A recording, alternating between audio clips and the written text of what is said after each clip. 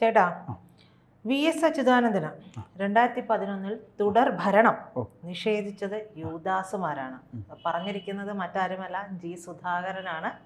അദ്ദേഹത്തിൻ്റെ കവിതയിലാണ് ഇക്കാര്യങ്ങൾ. അദ്ദേഹം കവിതയിലൂടെ പല കാര്യങ്ങളും സമൂഹത്തോട് പറഞ്ഞിട്ടുണ്ട്. അതെല്ലാം തന്നെ വളരെ വിവാദമാവുകയും ഒക്കെ ചെയ്തതാണ്.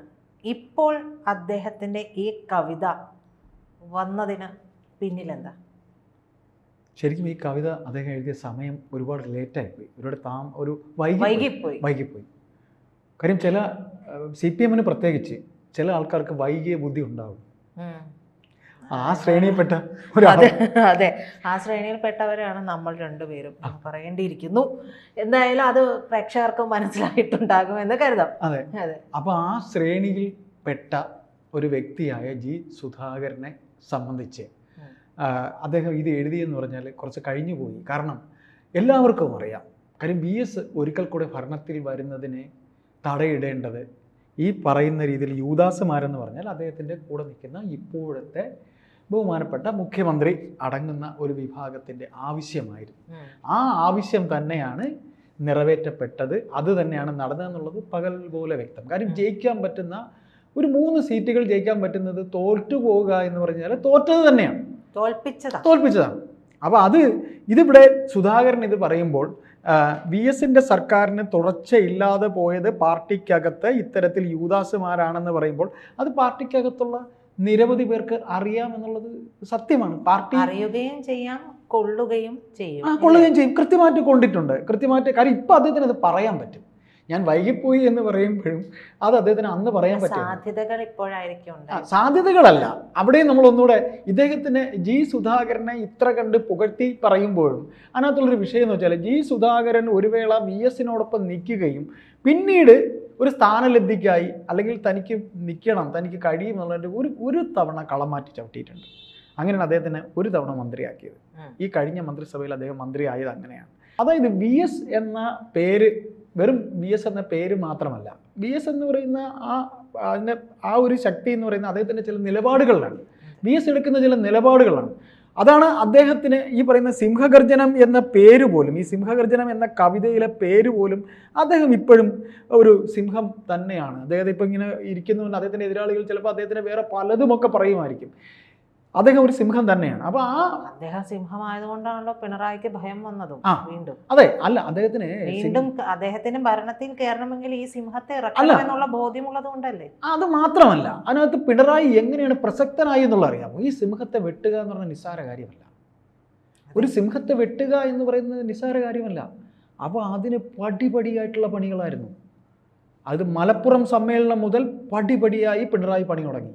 ആ പിണറായിയുടെ പണിയാണ്, അതാണ് ഏറ്റവും അദ്ദേഹത്തിനെ ഇത്ര സ്വീകാര്യനാക്കിയത്. കാര്യം VSനെ വെട്ടുക എന്ന് പറഞ്ഞാൽ പാർട്ടിക്കകത്ത് നിസ്സാര കാര്യമാണ്. കാര്യം എൻ്റെ ഓർമ്മയിൽ ഞാൻ പത്രം വായിക്കുന്നത്, രാഷ്ട്രീയം ഇഷ്ടപ്പെടുന്ന തുടങ്ങുന്ന സമയത്ത് ഞാൻ 10ാം ക്ലാസ്സിലൊക്കെ പഠിക്കുമ്പോൾ 87 VS മുഖ്യമന്ത്രിയാകും എന്നുള്ള ഒരു കഥ തന്നെ ഉണ്ടായിരിക്കുന്ന സമയത്ത് VSനെ തോൽപ്പിക്കുകയാണ്. സ്വന്തം നാടായ മാരാരിക്കുളത്ത് അദ്ദേഹത്തിന് തോൽപ്പിക്കുകയാണ്. എന്നിട്ട് VS കളിച്ച മറ്റൊരു ഗെയിം എങ്ങനെയെന്നറിയോ? VS പാർട്ടി സെക്രട്ടറി ആയിരുന്ന നയനാരെ പിടിച്ച് മുഖ്യമന്ത്രിയാക്കി. അപ്പോൾ എങ്ങനെയായി കളി? VSനെ തോൽപ്പിക്കാൻ കളിച്ചവർ നയനാർ ഉൾപ്പെട്ട CATU പക്ഷം. എന്നാൽ CATU പക്ഷത്തിലിട്ട് ഇരിക്കട്ടെ എൻ്റെ വക ഒരു ചെക്ക്. അങ്ങനെയാണ് നയനാരെ മുഖ്യമന്ത്രിയാക്കിയത്. എന്നിട്ട് അദ്ദേഹം മത്സരിച്ചിട്ട് പോലുമില്ല അന്ന്, അദ്ദേഹം സ്ഥാനാർത്ഥിയില്ല. എന്നിട്ട് തൃക്കരിപ്പൂരിൽ നിന്ന് നയനാർ ജയിക്കുന്നു. പാർട്ടി സെക്രട്ടറി ആണോ വലുത്, മുഖ്യമന്ത്രി പദമാണോ വലുത്? അന്ന് പാർട്ടി സെക്രട്ടറി പദം അത്രയും, എന്നും പാർട്ടി സെക്രട്ടറി പദത്തിന് വിലയുണ്ട്, മുഖ്യമന്ത്രിയെക്കാളും. അത് ഈ ഗോവിന്ദൻ ആയതുകൊണ്ടാണ് വിലയില്ലാതെ പോണത്. അപ്പോൾ അങ്ങനെ കളിച്ച VSനെ 2005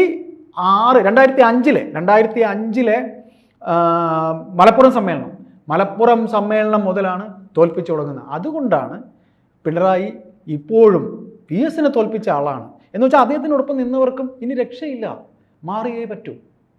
അതുകൊണ്ട് അന്ന് സുധാകരൻ പോയതാണ്. പക്ഷേ ഈ പറഞ്ഞിരിക്കുന്ന കഥ ശരിയാണ്. കാര്യം VS വളരെ നല്ല ഭംഗിയായി ഭരിച്ചതാണ്. അദ്ദേഹത്തിൻ്റെ 3 ഓപ്പറേഷൻ തുടങ്ങിയിട്ട് വളരെ നല്ല രീതിയിൽ പോയതാണ്. അപ്പോൾ രണ്ടാമതൊരിക്കൽ കൂടെ വന്നാൽ തൻ്റെ സ്ഥാനം പോകും, താൻ എന്ന നേതാവ് ഒന്നുമല്ലാതായി പോകും എന്ന് പിണറായിക്ക് അറിയാം. ആ സമയത്ത് തന്നെ പിണറായി കയറേണ്ടത് പിണറായിയുടെ ഒരു ആവശ്യമാണ്. കാരണം അത് കഴിഞ്ഞാൽ അദ്ദേഹത്തിന് പ്രസക്തി ഉണ്ടോ എന്നുള്ളത് അല്ല. ആ സമയത്ത് ഭരണത്തിൽ വരുന്ന കോൺഗ്രസ് വന്നു കഴിയുന്ന ആ ഒരു 5 കൊല്ലം, അതായത് ഉമ്മൻചാണ്ടി ഇരിക്കുന്ന 5 കൊല്ലം ഇദ്ദേഹം ഗ്രൗണ്ട് പണികൾ ആരംഭിച്ചു. എന്നിട്ട് വീണ്ടും വി എസിനെ സ്ഥാനാർത്ഥിയാക്കി. വി എസ് മുഖ്യമന്ത്രിയായി 6 മാസം ഇരിക്കുന്ന ഒരു കള്ളപ്രചരണം ചെറുതായി പറഞ്ഞു. എന്നിട്ട് ഞാൻ തന്നെ നിൽക്കും എന്ന് പറഞ്ഞുകൊണ്ട് ഇറങ്ങിയല്ലേ, ഞാൻ തന്നെ. എന്നിട്ടില്ല നേരെ അന്ന് ഉമ്മൻചാണ്ടി കാണാനൊക്കെ പോയത്. എന്തായാലും ഒരു പടിയിറക്കം പിണറായിക്ക് ഉണ്ടായേ പറ്റൂ എന്ന രീതിയിലാണ് കാര്യങ്ങൾ പോകുന്നത്. അതുകൊണ്ടാണ് അദ്ദേഹത്തിനെ ഈ ഉയരങ്ങളിലേക്ക് എത്തുന്നതിന് തോള് കൊടുത്തിരുന്ന അദ്ദേഹം, ഇത് നമ്മൾ പറയുമല്ലോ തോളിൽ ചവിട്ടി കയറാമെന്ന് പറയുമല്ലോ, അത് മനസ്സ് കൊടുത്ത് തോള് കൊടുക്കുന്നവരുമുണ്ട്. എന്നാൽ എൻ്റെ ഷോൾഡർ നീ ചവിട്ടി കയറിക്കോടാ എന്ന് സ്നേഹത്തോടെ പറയുന്നവരുണ്ട്. എന്നാൽ നിന്റെ തോളിൽ ഞാൻ ചവിട്ടി കയറുമടാ എന്ന് പറഞ്ഞ് കയറുന്നതുമുണ്ട്. ഇവിടെ തോള് കൊടുത്തവരിൽ 3 ചെറുപ്പക്കാരാണ് അവർ 3 പേര്. ആ 3 ചെറുപ്പക്കാർ മാറുക എന്ന് പറയുമ്പോൾ പിണറായിയുടെ കാല് ഇടറി തുടങ്ങി എന്ന് തന്നെ നമുക്ക് പറയാം. എന്തായാലും സുധാകരൻ്റെ ഈ കവിതയിലേക്ക് വരുമ്പോഴേ അദ്ദേഹം പറയുന്നത് കുട്ടനാടിൻ്റെ വി എസിനെ കുട്ടനാടിൻ്റെ വീരപുത്രൻ എന്നൊക്കെയാണ് വിശേഷിപ്പിച്ചിരിക്കുന്നത്. കുട്ടനാടിൻ്റെ വീരപുത്രൻ എന്നാണ് പറഞ്ഞിരിക്കുന്നത്. തീർച്ചയായും ഈ സുധാകരന് ചേട്ടൻ നേരത്തെ പറഞ്ഞു സുധാകരന് സമയം വൈകി പോയോ? സുധാകരന് സമയം വൈകി പോയിട്ടില്ല. കാര്യം എനിക്ക് വൈകി പോയി എന്ന് തോന്നിയതെന്ന് വെച്ചാൽ സാധാരണക്കാരായി നമ്മൾ ചിന്തിക്കുമ്പോൾ സുധാകരന് കുറച്ച് നേരത്തെ പറയാമായിരുന്നു തോന്നും. പക്ഷെ സുധാകരൻ ഈ പറഞ്ഞ ടൈം കറക്റ്റാണ്. കാര്യം the count down is starting. അതിൽ അദ്ദേഹത്തിൻ്റെ പിണറായിയുടെ കൗണ്ട് ഡൗൺ തുടങ്ങിക്കഴിഞ്ഞു. അതാണ് ഞാൻ പറഞ്ഞത് 3 ചെറുപ്പക്കാർ മാറി എന്ന് പറഞ്ഞത്. ഈ 3 ചെറുപ്പക്കാർ മാറിയെങ്കിൽ ഇനി പുറകെയുള്ളവർ മാറി തുടങ്ങും. ഈ തദ്ദേശ ഇലക്ഷൻ കഴിയുമ്പോൾ പിണറായി തന്നെ നേതാവാകുമെന്ന് പറഞ്ഞ ഗോവിന്ദനും നിലനിൽപ്പിൻ്റെ ആവശ്യം വരും. ഈ കമ്മ്യൂണിസ്റ്റ് പാർട്ടി അങ്ങനെയാണ്. അതുകൊണ്ടാണ് ഞാൻ പറഞ്ഞത് വി എസ് എന്ന് പറയുന്ന 2 അക്ഷരമല്ല, അദ്ദേഹത്തിൻ്റെ ആദർശങ്ങൾക്കൊപ്പം നിന്ന നിരവധി പേർ.